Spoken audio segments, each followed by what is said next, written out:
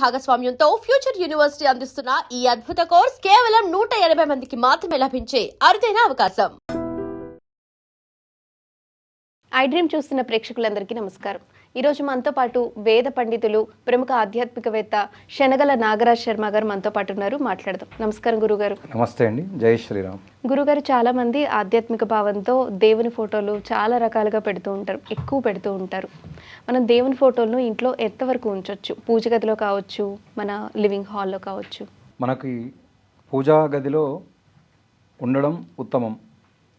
కొంతమంది ఏం చేస్తుంటారంటే హాల్లో కూడా గోడలకి చుట్టూ పెడుతూ ఉంటారు. దాని ద్వారా లాభాలు ఉంటాయి, నష్టాలు కూడా ఉంటాయి.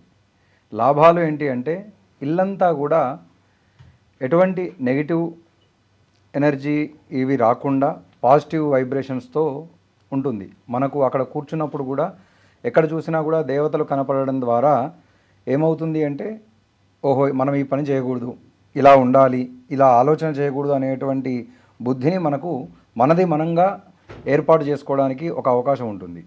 అట్లాగే ఎక్కువగా ఉండడం ద్వారా ఉండేటువంటి నష్టాలు ఏంటంటే సహజంగా మన దగ్గర దేవుడి ఫోటోలు కానీ విగ్రహాలు కానీ ఉంటే వాటిని ప్రతిరోజు కూడా తుడిచి అలంకారం చేసి పూజాధికాలు చేస్తూ ఉండాలి.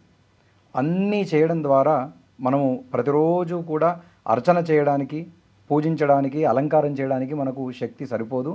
ప్రస్తుత కాలంలో యంత్రాంగ జీవనం అయిపోయింది మనది. ఆ యంత్రాంగ జీవనంలో ఏమవుతుంది అంటే సమయం ఉండదు. సమయం ఉండకపోవడం ద్వారా పూజ సరిగా చేయలేము. పూజ చేసే సమయంలో ఇవన్నీ తుడుచుకోవడానికే మనకు సమయం అయిపోతే పూజ ఎప్పుడు చేస్తాము? చేయలేము. కాబట్టి సాధ్యమైనంత తక్కువగా పెట్టుకొని భక్తి శ్రద్ధలు ఎక్కువగా పెట్టుకోవడం ద్వారా మనకు ఫలితాలు గొప్పగా కలుగుతాయి. ఒక దేవుని ఫోటోని అనేక రూపాల్లో పెట్టొచ్చు గురుగారు. అంటే చాలామంది ఇప్పుడు వెంకటేశ్వర స్వామి ఉన్నారనుకోండి, అక్కడక్కడే అనేక రూపాల్లో అలా పెట్టొచ్చు అంటారా? పెట్టుకోవచ్చు. కలవు స్మరణాన్ముక్తి అంటారు. సహజంగా కలియుగంలో స్మరణ చేత మాత్రమే మనకు మోక్ష మార్గం వస్తుంది. చిత్రపటాలు ఎన్నైనా పెట్టుకోవచ్చు, కానీ అవన్నీ పెట్టుకున్నా కూడా మన బుద్ధి వక్రంగా లేకుండా చూసుకోవాలి. మన బుద్ధి సక్రమంగా పెట్టుకోవడం ద్వారా మనము బాగా ఉంటాము, మన చుట్టూ ఉన్నటువంటి వాళ్ళని కూడా బాగా చూసుకోగలుగుతాము, బాగా ప్రవర్తించగలుగుతాము. ఫోటోలు పెట్టుకున్నంత మాత్రాన మనలో ఆధ్యాత్మిక చింతన రాదు కదా. మన బుద్ధిని మార్చుకోవడం ద్వారానే సరిగ్గా వస్తుంది. అంటే పూజ గదిలో ఎక్కువ ఫోటోలు ఉంచడం వల్ల శక్తి కేంద్రీకరణ తగ్గుతుంది అని అంటూ ఉంటారు. ఇందులో ఎంతవరకు నిజముంది? అది ఎక్కువగా ఉంటే శక్తి కేంద్రీకరణ పెరుగుతుంది, తక్కువగా ఉంటే తగ్గుతుంది అనేటువంటిది ఒక పెద్ద అపోహ మాత్రమే. మనం అక్కడ కూర్చోవడం ద్వారా ఏమవుతుంది అంటే పూర్తిగా దృష్టి ఎక్కడ చూసినా కూడా దేవతలనే చూసినటువంటి ఫలితం కలుగుతుంది. ఎటు చూసినా మనకు వేరే ఆలోచన లేకుండా ఉంటుంది. కేవలం ఇటువైపు చూస్తే వెంకటేశ్వర స్వామి, అక్కడ చూస్తే కృష్ణుడు, ఇక్కడ చూస్తే శివుడు, ఇక్కడ చూస్తే అమ్మవారు, ముందుకు చూస్తే గణపతి ఉన్నారనుకోండి, మనకు వేరే ఆలోచన రాదు. కాబట్టి అట్లా పెట్టుకుంటే నష్టం లేదు. కానీ అక్కడ పెట్టుకున్నా కూడా పూర్తి దృష్టి మనము దేవుడి మీద కేంద్రీకరించగలిగినప్పుడు మాత్రమే మనకు ఆ పూజా ఫలితం సంపూర్ణంగా వస్తుంది. అయితే గురుగారు, పగిలిన లేదా పాత పడిపోయిన ఫోటోలు కొంతమంది ఉంచుతూ ఉంటారు, పూజ గదిలో కావచ్చు, హాల్లో, ఇలా ఉంచొచ్చా గురుగారు? నేను ఇప్పుడు నెక్స్ట్ అదే చెప్దాం అనుకున్నాను, మీరు అడిగారు. సహజంగా కొంతమంది ఏం చేస్తుంటారంటే ఇప్పుడు ఇందాక మీరు అడిగినటువంటి ప్రశ్న ఎక్కువ ఫోటోల గురించి వచ్చింది. అట్లా మా పూర్వీకుల నుంచి మాకు సంప్రదాయంగా వస్తుంది, పూర్వీకుల నుంచి ఆచారంగా వస్తుంది, కాబట్టి మేము ఈ ఫోటో కొన్ని తరాల నుంచి పెట్టుకున్నాము అనేటువంటిది వాళ్ళు తీయకుండా ఉంటారు.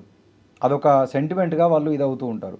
కానీ చిరిగినవి లేదా భిన్నమైనటువంటివి చిత్రపటాలు కావచ్చు, విగ్రహాలే కావచ్చు, కొన్ని కళ వెళ్ళిపోతుంది, వాళ్ళు కడగగానే ముఖంలో మొత్తం కోల్పోతుంది, తర్వాత తుడిచి ఆ చిత్రపటం చిరిగిపోతుంది. లేదా ఈ మధ్యకాలంలో మనకు ఫ్రేమ్లు కట్టిస్తున్నారు, పెద్ద అద్దాలు పగిలిపోయినటువంటి ఫొటోస్ కూడా పెడుతూ ఉన్నారు.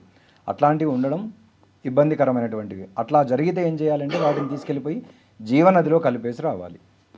మామూలుగా మన ఊర్లలో ఉన్నటువంటి బావుల్లో, చెరువుల్లో కాకుండా జీవనదులు గంగా, యమున, కృష్ణ, గోదావరి ఇట్లాంటి నదులు ఏవైతే ఉన్నాయో వాటిలో కలిపేసి రావడం ఉత్తమం. అలాగే గురుగారు, వెండి విగ్రహాలు చిన్న చిన్నవి ఉన్నప్పుడు పూజ గదిలో అవి నల్లగా అయిపోయి ఉంటాయి, ఎప్పటివో అయినా కూడా అవి నల్లగా అయిపోయి ఉంటాయి, అలా ఉంచొచ్చా గురుగారు? దాన్ని శుభ్రంగా మనం ప్రతిరోజు శుభ్రం చేసుకుంటూ ఉండాలి. విగ్రహము ఉన్నది అంటే ప్రతిరోజు దానికి అభిషేకం చేయాలి. అభిషేకం చేసిన తర్వాత శుభ్రంగా కడిగి తుడుచుకోవాలి. ఒకవేళ అట్లా నల్లగా అయినప్పుడు ఏం చేయాలి అంటే చింతపండు పెట్టి చేస్తే దాది శుభ్రంగా అవుతుంది. లేదా పీతాంబరి పౌడర్ ఉంటుంది, దాంతో శుభ్రం చేసుకొని చక్కగా జీవకళ ఉట్టిపడేట్టుగా మనం విగ్రహాన్ని చూసుకోవాలి. ఏ రకంగా ప్రతిరోజు మనం లేచిన వెంటనే అదే శరీరంతో బయటికి వెళ్ళలేం కదా. మనం ముఖం కడుక్కుంటాము, స్నానం చేస్తాం, శుభ్రంగా చక్కగా వస్త్రాలు అలంకారం చేసుకుంటాం. అట్లా మనం ఎలా ఉంటామో దేవతల్ని కూడా ఆ రకంగా చూసుకోవాలి, అంత శుభ్రంగా అంటే చేయాలి. మామూలు నీళ్ళతో అభిషేకం చేసినప్పటికీ నల్లగా అయిపోయినప్పుడు దాన్ని మళ్ళీ తిరిగి వారంలో ఒక రోజు, ప్రతిరోజు అట్లా శుభ్రం చేసుకోవడం సాధ్యం కాదు కాబట్టి వారంలో ఒక రోజు వాటి కోసం కేటాయించుకోవాలి. ఒక అరగంట గంట సేపు కేటాయించుకొని వాటిని శుభ్రం చేసుకొని ఈ చింతపండు కానీ పీతాంబరి పౌడర్ కానీ ఇట్లాంటి శుభ సూచనలు ఇచ్చేటువంటి సంకేతాలు ఇచ్చేటువంటి ద్రవ్యాలు ఏవైతే ఉంటాయో వాటితో శుభ్రం చేసుకోవాలి. మనం పూజ గదిని ఏర్పాటు చేసుకునేటప్పుడు మనం ఎలాంటి నియమాలు పాటించాలి గురుగారు? పూజా గదిని సహజంగా తూర్పు వైపు గది ఉండాలి, దేవుడు పడమర ముఖంగా ఉండాలి, మనము తూర్పు ముఖంగా ఉండి పూజ చేసుకునేట్టుగా ఉండాలి. ఈ కాలంలో ఏమైందంటే అపార్ట్మెంట్స్ వచ్చేసాయి, కూర్చోవడానికి కూడా సాధ్యం కానటువంటి స్థలాలు ఉన్నాయి. కొంతమంది ఏం చేస్తారు, వంట రూమ్లోనే పైన ఒక షెల్ఫ్ పెడతారు, అది పూజా నిమిత్తం. కానీ అక్కడ మనం కూర్చొని పూజ చేయగలుగుతామా? చేయలేము. అట్లా అందరికీ అటువంటి అవకాశాలు ఉండవు. అపార్ట్మెంట్లలో ప్రస్తుత కాలంలో ఎస్ఎఫ్టీ తక్కువగా ఉంటుంది. అప్పుడు ఏం చేస్తున్నారు, పడమర వైపు ఇంటికి నైరుతి మూలలో కూడా లేదా వంట రూమ్లో నైరుతి మూలలో కూడా దేవుడి కోసం ఒక గూడు కేటాయిస్తున్నారు. అప్పుడేమవుతుంది, మనము పడమర ముఖం చేసి పూజ చేయాల్సి వస్తుంది. పడమర వైపు ఆచమనం చేయకూడదు, తిరిగి దక్షిణం వైపు తిరిగి ఆచమనం చేయకూడదు. మనం ఆచమనం లేనిది పూజ చేయకూడదు. తూర్పు ముఖంగా కూర్చొని ఆచమనం చేయాలి, సంకల్పం చేయాలి, లేదా ఉత్తర ముఖంగా కూర్చొని ఆచమనం సంకల్పం చేసుకోవాలి. అట్లా చేసుకున్న తర్వాత మనము పూజ చేస్తున్నాము అంటే ప్రశాంతమైనటువంటి చిత్తంతో చేయాలి. వేరే ఆలోచనలు లేకుండా, ఒత్తిడి లేకుండా, ఇట్లాంటివి లేకుండా పూర్తిగా భగవంతుడి మీద మాత్రమే దృష్టి పెట్టి మనం ఆ పూజ చేసుకోవడం ద్వారా ఆ పూజ సంపూర్ణంగా ఫలిస్తుంది. దేవతలు ఏం చెప్పారు అంటే, నువ్వు ఎన్ని ఆడంబరాలు చేసావు, ఎంత ఆర్భాటంగా చేసావని కాదు. పత్రం పుష్పం ఫలం తోయం. పత్రము అంటే ఆకులు, ఫలములు అంటే పండ్లు, తోయము అంటే నీరు, పుష్పం అంటే పువ్వులు. వీటితో పాటు నాకు ఇవన్నీ సమర్పించినా కూడా భక్తి శ్రద్ధలు అధికంగా ఎంత ఎక్కువగా పెడితే నేను నీకు అంత ప్రసన్ననవుతాను అని చెప్తాడనమాట. కాబట్టి అవి చేయకుండా ముందు శ్రద్ధా భక్తి సమన్వితుడై వీటిని అర్చిస్తే స్వామివారు తృప్తి చెందుతాడు.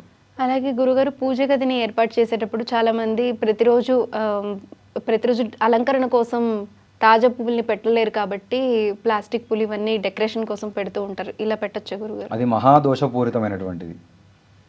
పుష్పము అంటే ఏ రోజుకు ఆ రోజు వికసించినటువంటిదే మనకు వాడాలి. మరునాడు వాడగలిగేది ఏదైనా ఉన్నది అంటే అది కేవలం బిల్వదలం మాత్రమే. బిల్వదలం మాత్రమే తర్వాత కూడా వాడవచ్చు, ఒకసారి వాడింది మళ్ళీ వాడవచ్చు. ఒకవేళ మనకు ప్రతిరోజు తాజా దళాలు దొరుకుతున్నాయంటే అవి కూడా తాజా దళాలే తీసుకొని రావాలి. ప్లాస్టిక్ పూలు పెట్టేటైతే భగవంతుడుగా మనకు అటువంటి ఆశీస్సులు ఇస్తాడు. అంటే భగవంతునికి కాదు గురుగారు, మామూలుగా పూజ రూమ్ డెకరేషన్కి వాడుతూ ఉంటారు కదా, ఇట్లా పెట్టొచ్చా అని? డెకరేషన్కి అనేది పూలమాలలు లేదా మామిడి తోరణాలు వాడుకోవాలి. ప్రస్తుత కాలంలో అవి కోల్పోయారు, వాటిలాగా డిజైన్గా ఉన్నటువంటివి వచ్చేసాయి. అవి వాడడం అయితే ఉత్తమం అయితే కాదు, అధమం. పూజ గదిని ఎలా నిర్మించుకోవాలి, అలాగే పూజ దేవుని పటాలు ఎలా పెట్టుకోవాలనేది చక్కగా వివరించారు. ధన్యవాదాలు గురుగారు. శుభం. And for more videos, Please subscribe to iDream channel. Subscribe to iDream Media. Please subscribe to iDream. Please subscribe to iDream. Please subscribe iDream. And please subscribe to iDream. For more videos, subscribe to iDream. please like, share and subscribe to the channel. Congratulations, iDream. Subscribe to iDream. Subscribe to iDream. So subscribe to iDream Media. iDream ki iDream team andarki huge congratulations. Please subscribe iDream Media. Please subscribe to iDream. Subscribe iDream. Please subscribe to iDream. iDream అంటే నా కళల channel subscribe చేసుకున్న నోరు తిరుగుతలేదు, మీరైతే గంట గుర్తు కొట్టండి. For more such videos, please subscribe to iDream. Subscribe to iDream. Please subscribe to iDream. Please subscribe iDream Media. Please do subscribe to iDream. Please subscribe to iDream Media. For best entertainment and information, please subscribe iDream. And don't forget to subscribe to iDream.